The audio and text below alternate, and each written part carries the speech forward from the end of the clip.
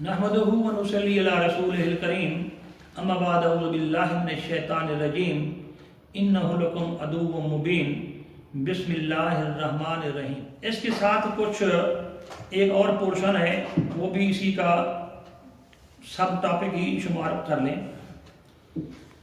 برطانیہ میں قوانین جو ہیں ان سے کامن لا اور ایکویٹی لا، چانسری کورٹس ہوتی تھیں، کنگ کورٹس ہوتی تھیں اور ایکویٹی کورٹس ہوتی تھیں۔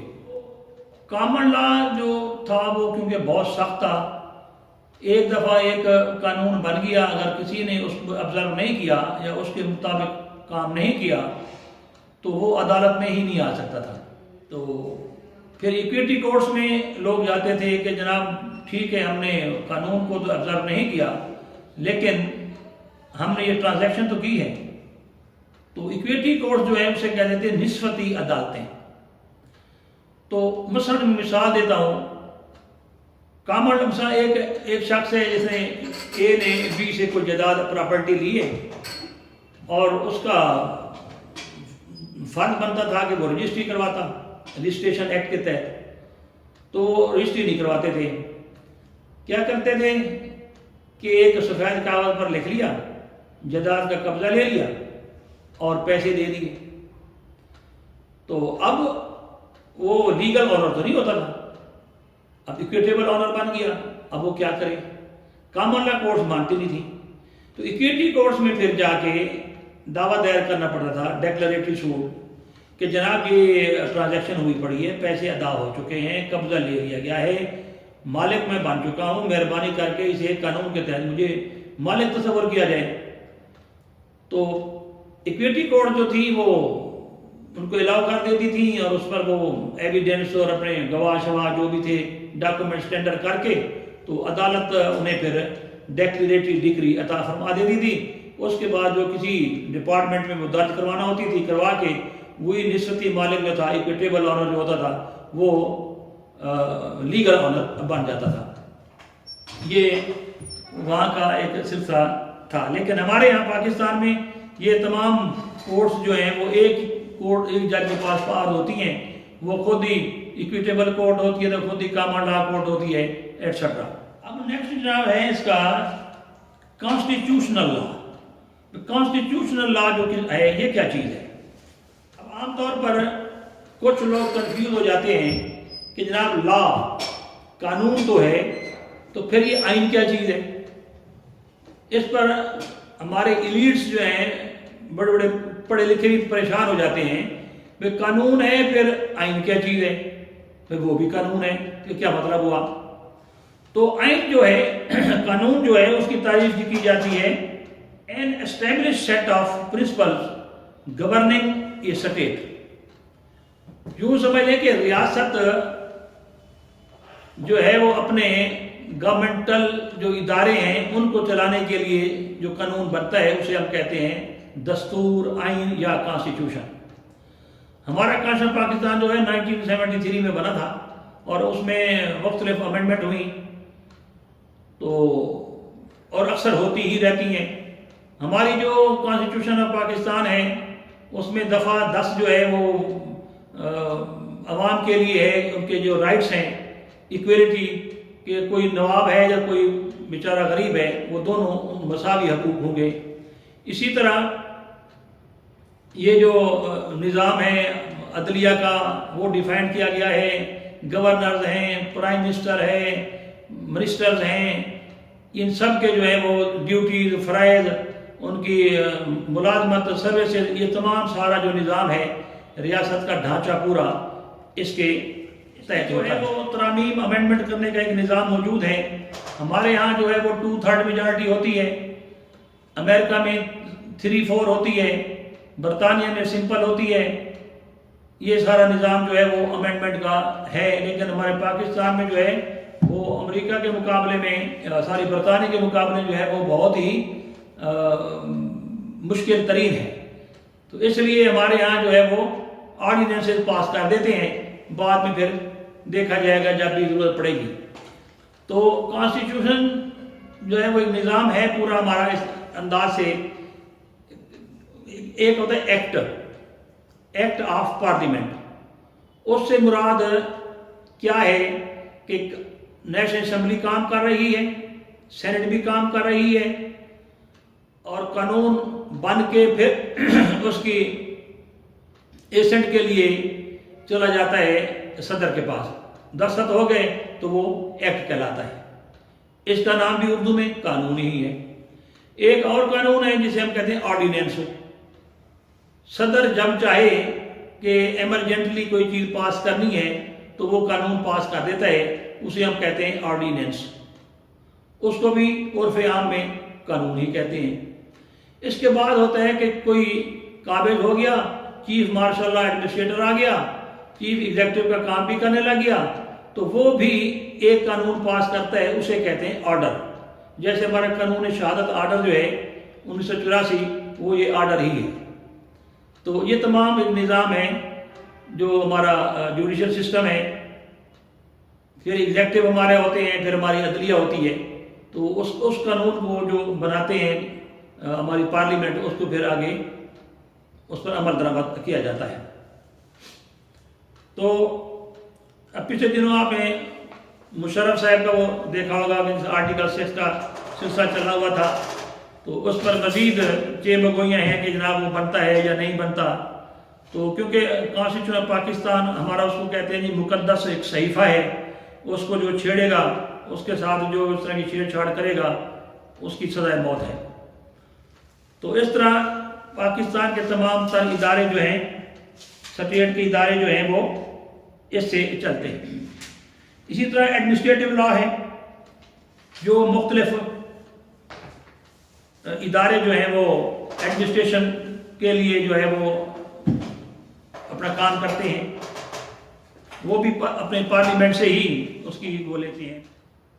تو اس میں پہلی قسم ہے اسپیشل لا میں لوکل لا.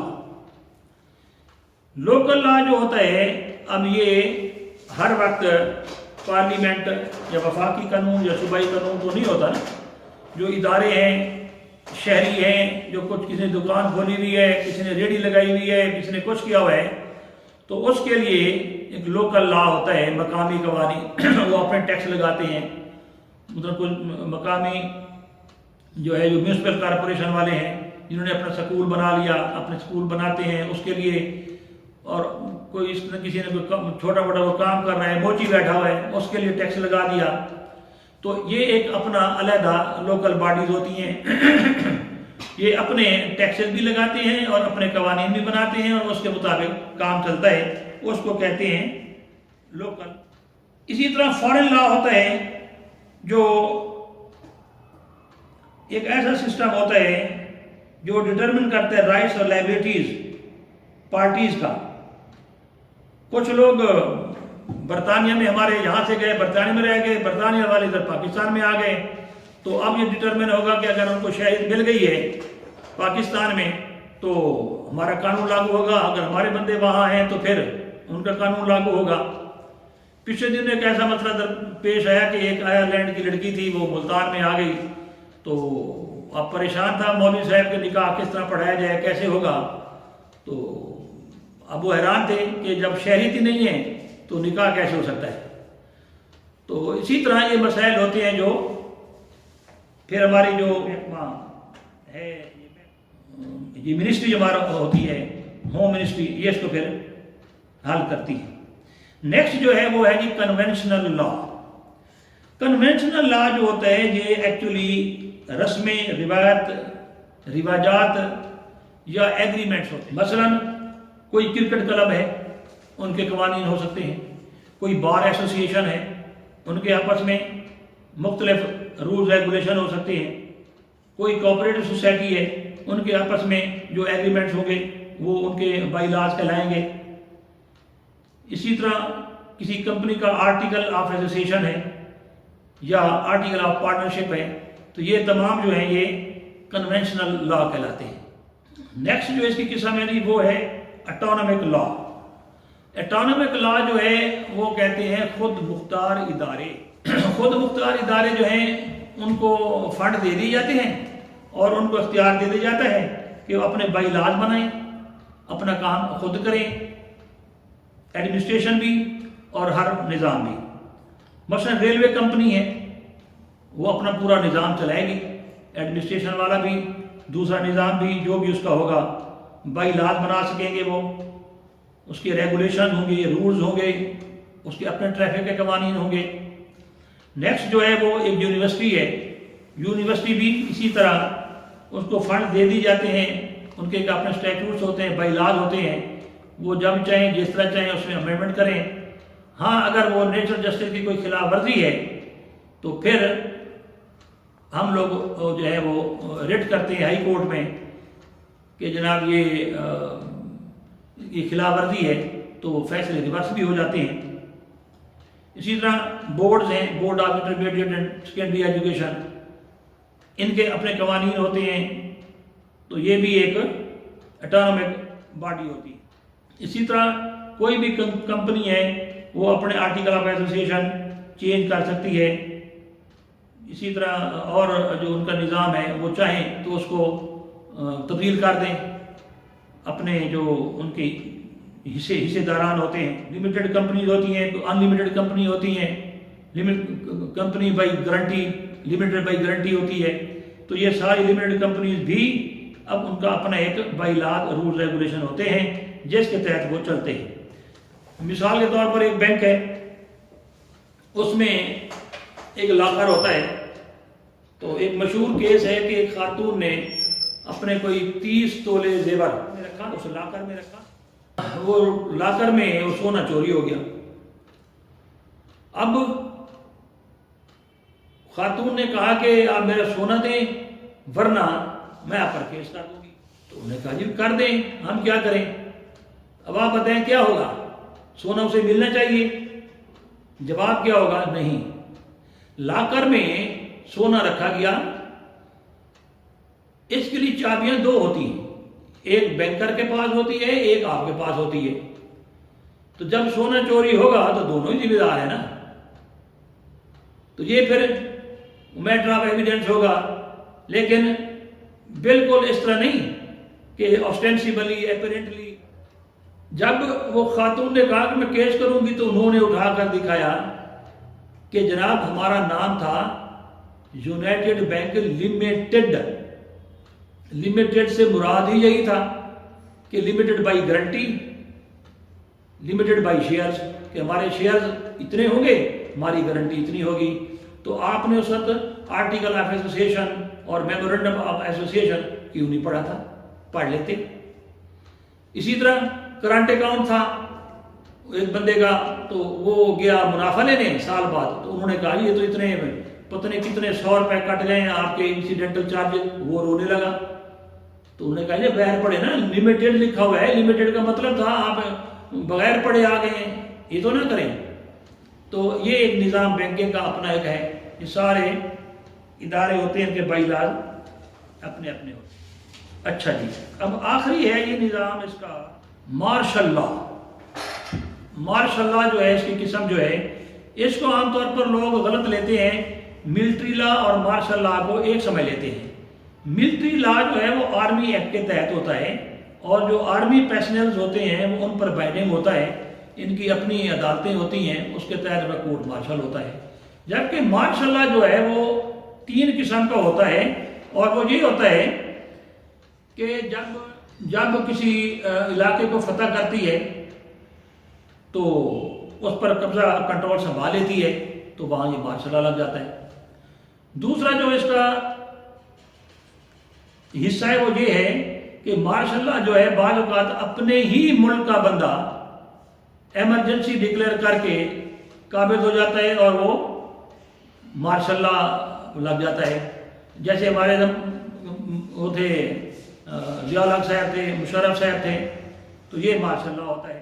تو یہ ایک نظام ہے. کچھ ایک اور اس کی قسم ہوتی ہے کہ جب کوئی علاقے فتح کر لیں یا کوئی ایک ملک دوسرے پر چڑھائی کر دے اور اس علاقے پر قبضہ کر لے تو وہ اپنے پھر جو فوجی قوانین ہیں وہ فوری طور پر اس پر نافذ کر دیتے ہیں. تو یہ مارشل لا کہلاتا ہے. تو ملٹری لا اور مارشل لا کو آپس میں انٹرمنگل نہ کیا جائے، دونوں ایک اقسام ہیں. مرکنٹائل لا ہے.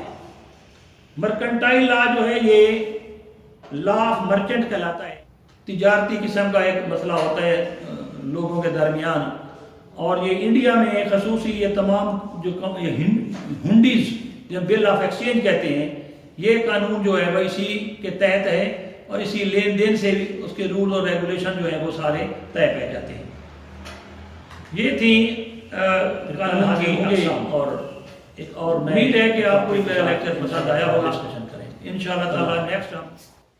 مجھے امید ہے کہ آپ کو سمجھ آئی ہوگی، تو اگر کوئی مسئلہ ہے تو مجھے کمنٹس بھی آپ کیا کریں تاکہ ہم اس کو مزید پالش کر سکیں۔ تو انشاءاللہ تعالیٰ آپ کی اس کی لائکس کی اور شیئرنگ کی اور آپ کی یہ مجھے ضرورت پڑتی رہے گی۔ تو تھینک یو ویری مچ، اور اللہ حافظ۔